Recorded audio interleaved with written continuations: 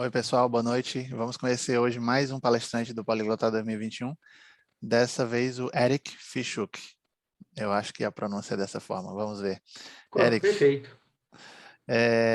seja bem-vindo, Eric, ao Poliglotar, né? Obrigado. Já é a 6ª edição do evento. E você vai falar sobre alfabetos cirílicos, não é isso? Isso. É a minha proposta que eu fiz conforme o convite da minha colega tradutora. Eu só me escapou o nome, mas é a Clara. Foi a A Clara Clara que Barros, sim. fez a Clara Barros que fez o convite. E eu pensei um pouco, né, a respeito do que eu poderia estar falando, sendo que também é um evento bastante interessante que geralmente ocorria até presencialmente, até algum tempo, mesmo assim presencialmente, principalmente quando tinha a questão da distância, eu estava um pouco impossibilitado de frequentar vários eventos, até por conta da pesquisa de doutorado que eu estou fazendo, mas já na área de história, né, não é de letras, linguística, né, porque essa questão dos idiomas é uma paixão paralela, então tudo se Eric, encaixa, na verdade, Eric, mas vamos em todo caso. organizar essa história aqui. Quando foi, de onde você vem e como você gostou de idiomas? Quando foi isso? Então, isso já é um gosto que eu tenho, na verdade, desde criança, assim, de línguas, culturas estrangeiras. E só que essa questão do idioma sempre foi um pouco limitada, né, por conta de como eu cresci, né, na geração de crianças dos anos 90. A gente não tinha tanto material acessível, mesmo que a gente tivesse um interesse, o que, assim, mais estava ao alcance da gente, no meu caso, era TV aberta, alguns livros antigos aqui de casa. Então foi uma coisa assim que eu sempre tive interesse, mas sempre foi algo que inicialmente eu tive o potencial limitado, né, para poder estar explorando. Depois, com os anos 2000, veio a internet, né, e a gente, assim, quanto mais a gente vai conhecendo coisas, mais a gente vai ficando curioso. Então foram um idioma, foi levando o outro. Quais foram Foi os muita idiomas que daquela. você estudou primeiro? O idioma, assim, que eu sempre estudei na escola foi, obviamente, o inglês. Aqui na minha família, que é uma família bem pequena, né, não temos nenhum histórico de idioma separado, sabe, de família. Seja, e mesmo a gente tendo bastante, assim, uma descendência bem variada, não temos, assim, questão de idiomas, né, assim, paralelos. Então, o que eu aprendi primeiro foi, basicamente, o inglês na escola. Foi meu primeiro contato mesmo com sistemático com o idioma. Depois eu consegui, por meio da internet, aprender sozinho o Esperanto, o projeto, né, de língua internacional. Então foi, vamos dizer assim, o primeiro idioma que, embora eu já estudasse inglês na escola, mas eu nunca fiz escola de idiomas paralelamente. Então, o Esperanto, como eu conseguia aprender sozinho em livros, internet, foi o primeiro idioma que eu posso dizer mesmo que eu tive fluência. Depois, assim, o inglês é engraçado, porque foi uma coisa meio estruturante, sabe? Eu sempre precisava utilizar e tudo, mas eu nunca pude me considerar que eu seria um falante fluente, sabe? Até porque sempre fui um pouco à parte dessa questão da cultura pop, cultura de massas. Mas sempre foi algo que eu consegui me virar, sabe? Falar, escrever. Mas que eu considero mesmo que eu tenho um conhecimento solidificados, o Esperanto, como eu falei, além do português, que é a minha língua materna, o francês eu acho que eu tinha falado, mas eu estudei o francês na universidade e depois o russo. Agora, vários outros idiomas eu nunca cheguei a fazer cursos E específicos, o inglês mas você sempre também fui fala pegando fluentemente, ou não? de uma forma. O inglês, posso dizer que eu me comunico bem, mas não poderia dizer assim que é uma língua que eu consegui internalizar a ponto de falar tão assim à vontade quando eu falo, por exemplo, o Esperanto, o russo, de certa forma. Por exemplo, a mesma coisa com o espanhol e italiano. O espanhol e italiano, eu tenho um conhecimento ativo pleno, quer dizer, passivo pleno, mas eu não consigo me articular. E assim, inglês sim, que eu conheço a fundo tudo. Espanhol e italiano eu já consigo. Eu tenho um conhecimento passivo grande, mas eu não posso me articular por falta de conhecimento da gramática. E é mais ou Então, menos o que acontece com outros idiomas aparentados. Românicos eu consigo ler, entender algo. Eslavos também, por conta do russo e assim vai. E um pouco de outras coisas também. Então, os seus idiomas mais fortes são Esperanto, russo e francês, é isso? Poderia dizer que, assim, da questão de início, de base, sim, né? Mesmo mais até que o inglês, mas o inglês é aquele conhecimento instrumental, tudo mais os outros também que vão vindo junto. Mas a minha base mesmo que eu posso dizer é francês, russo e esperanto. E o inglês é uma coisa que foi sempre, assim, estruturando, sabe? Que às vezes você tem um amplo conhecimento da coisa, mas você às vezes não consegue, às vezes para mim, pelo menos, né? É difícil manejar assim na hora certa, mas eu consigo comunicar razoavelmente. E o que você estudou na sua vida, na universidade ou pós-graduação, não sei? Eu sou formado em História pela Unicamp, me formei em 2011, e depois eu fiz um mestrado em História Social. Eu defendi uma dissertação a respeito da relação entre o PCB e a Internacional Comunista de 1928 a 1935, foi o meu mestrado e doutorado. Eu ingressei no doutorado em História Social em 2017, né? O mestrado foi em 2014, o doutorado em 2017, estou ainda no caminho de escrever a tese, estou para qualificar, talvez eu vou qualificar no começo do ano que vem, e eu estou definindo o mesmo tema, mas eu ampliei, né? A relação entre o PCB, o Partido Comunista do Brasil, e a Internacional Comunista, que era a gerente, né, dos partidos comunistas, né, de alguma forma, até a Segunda Guerra Mundial, fazendo estudo dessa ligação já de 24, foi quando o PCB foi admitido, né, como membro da Comintern, até 1943. É o meu tema básico de pesquisa. E o que veio primeiro? Foi estudar o comunismo, Rússia, ou foi estudar o idioma russo? Eu acho que tudo vem um pouco junto, né? Porque no caso da minha origem familiar, que em parte é ucraniana, embora eu tenha uma parte que seja italiana do norte, tenha napolitanos, tem um pouco de tudo aí. Mas no caso da minha parte ucraniana, que é o que a minha mãe, em especial, tinha mais um apego mais afetivo, né? Depois da parte italiana, ela me contava muito a respeito do avô dela, que tinha vindo de Kiev, né, a capital da Ucrânia atual, e foi em 1917, inclusive, que ele veio, né? Então foi bem durante o período das revoluções, e ela sempre contava as histórias, tudo assim, meio fragmentadas dele, né? Porque não cheguei a conhecer meu bisavô. Então, isso me despertou primeiro o interesse pela cultura eslava mesmo, de forma geral, em particular a ucraniana.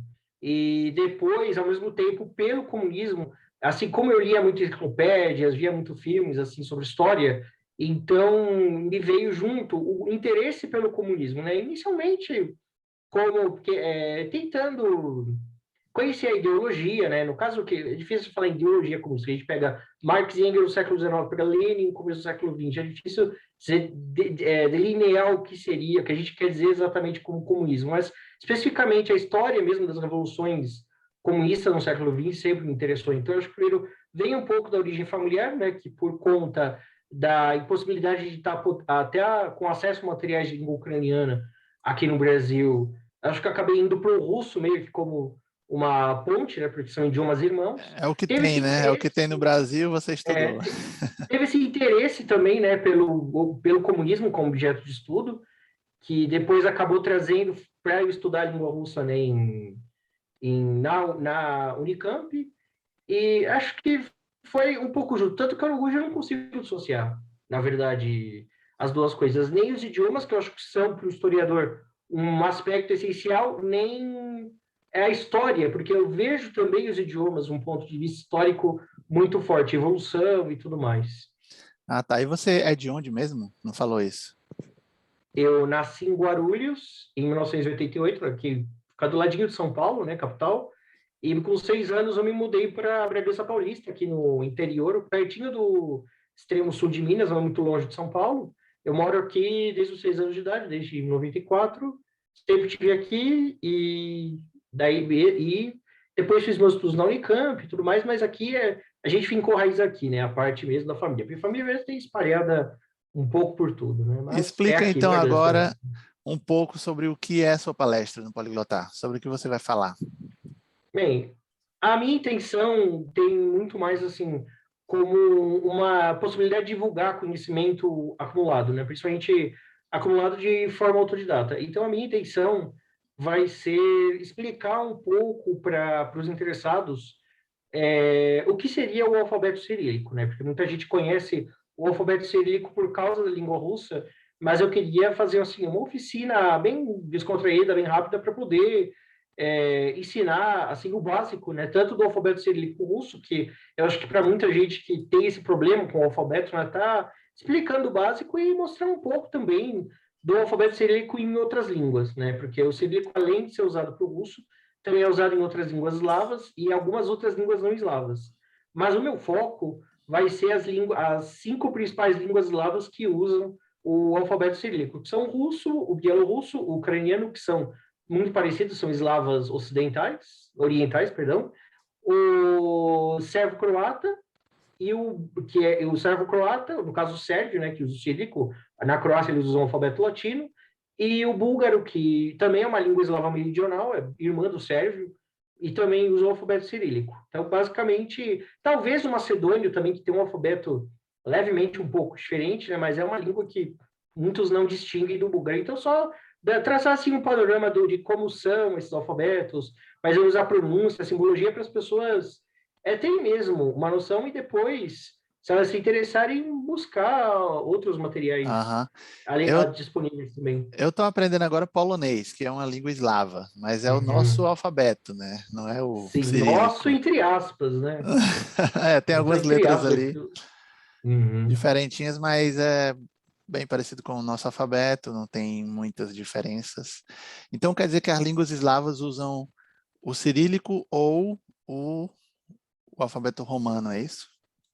Sim, grosso modo, existe a divisão, né, entre os idiomas eslavos que usam, mas isso não corresponde necessariamente à divisão genética entre eslavos orientais, que é o russo, bielorrusso, ucraniano, os eslavos ocidentais, que são polonês, tcheco, eslovaco, também se contar o sórdio, o cachubio, se for contar como os idiomas, né, também, mas geralmente são considerados dialetos do polonês, e as línguas eslavas meridionais, que são o sérvio, croata, bósnio, que na verdade muitos consideram um só, né, o esloveno, o búlgaro e quem conta também hoje, né, idioma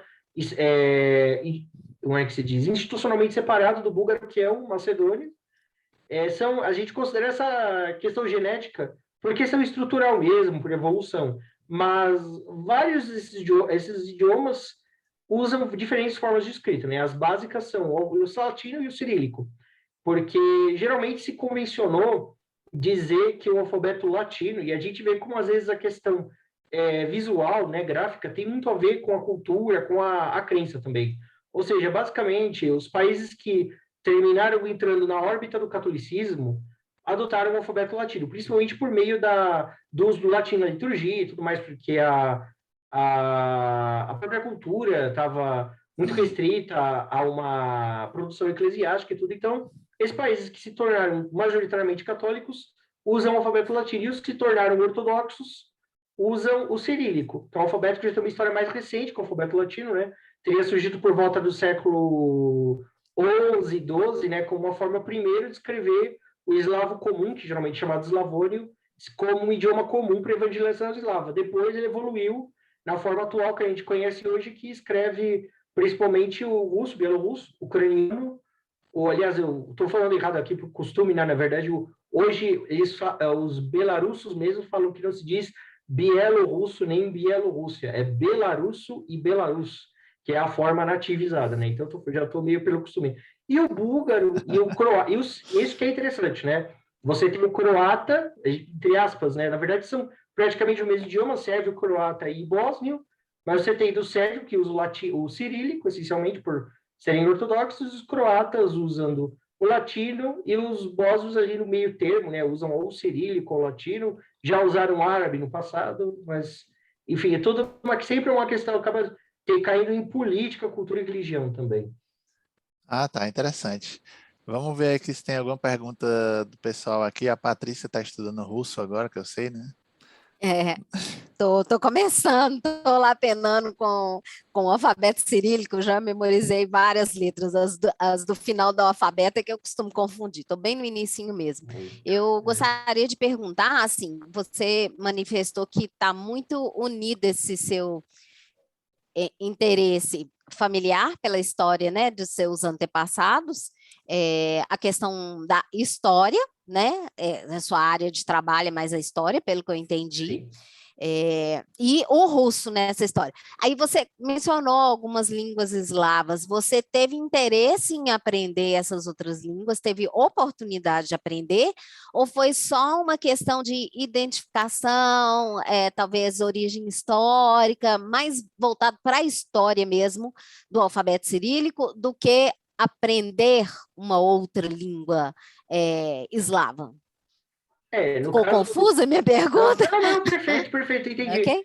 Preciso esclarecer, né, que no caso, eu profissionalmente sempre tive inserido numa pesquisa, né, ou seja, a questão de você estar se dedicando em tempo integral à pesquisa sempre me deu também a possibilidade de estar me dedicando a outros estudos, vendo, né, sempre dedicando a outros interesses, estar sempre lendo alguma coisa.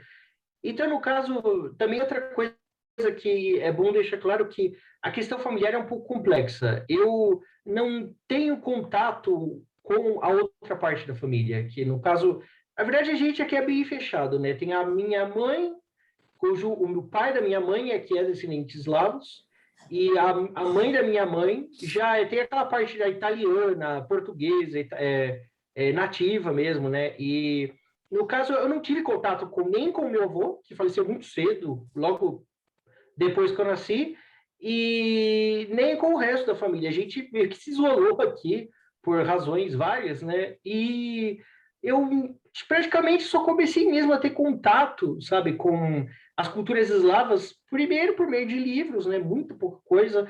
Depois a internet foi abrindo, aí comecei. Entrei na faculdade. Quando a gente entra numa faculdade pública, né, a gente acaba tendo esse privilégio de estar podendo ter acesso a mais material e tudo mais, né? Mas nesse caso, a questão de você aprender o idioma sempre tem envolve várias coisas. No caso do francês, por exemplo, foi um pouco para fugir daquela maceração do inglês, né? Já da escola, né? Ah, todo mundo gosta de música, tal, falar, quer se achar, não sei o quê. Então, para mim, o francês meio que foi como uma válvula de escape, sabe?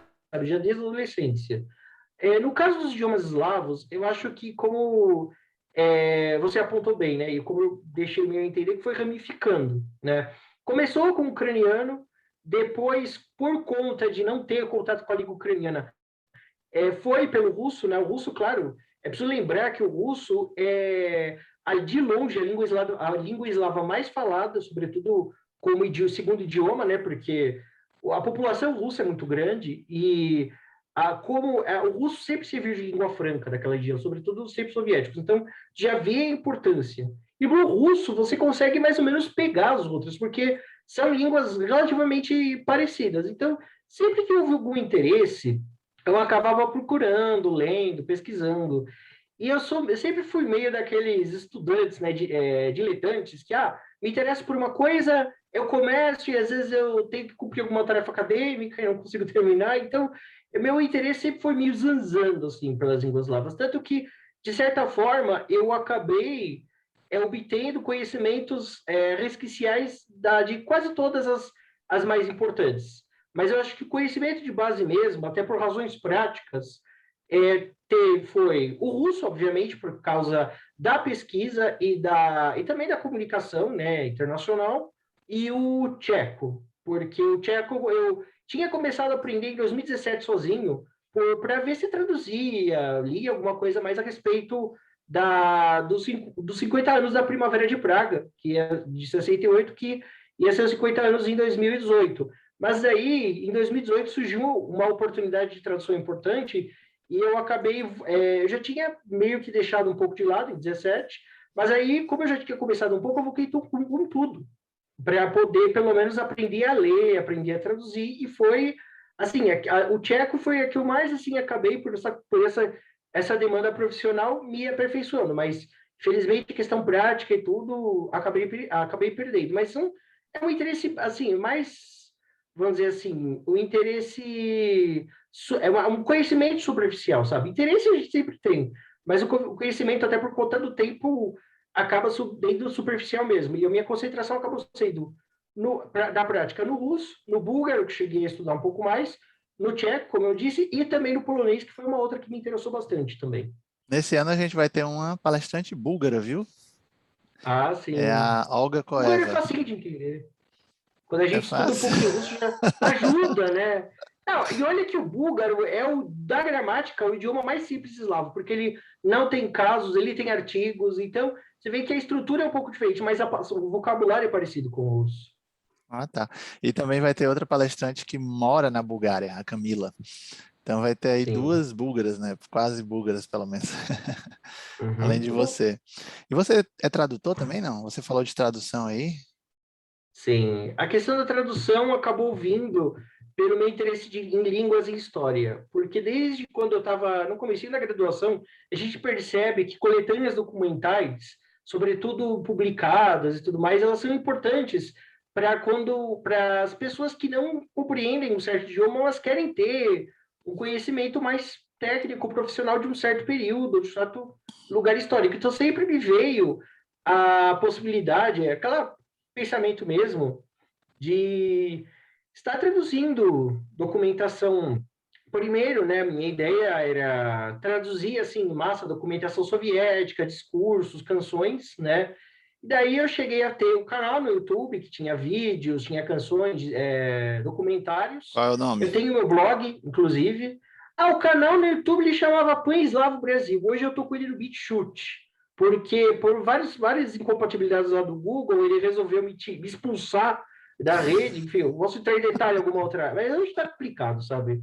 Mas pode ficar tranquilo que não é nada muito aberrante, mas questão de política de direito autoral, questão que às vezes ele acha que, por exemplo, coisas do Trump, que ele acha que é questão de fake news, mas eu estava mostrando lá como questão mesmo de ilustração histórica, tradução.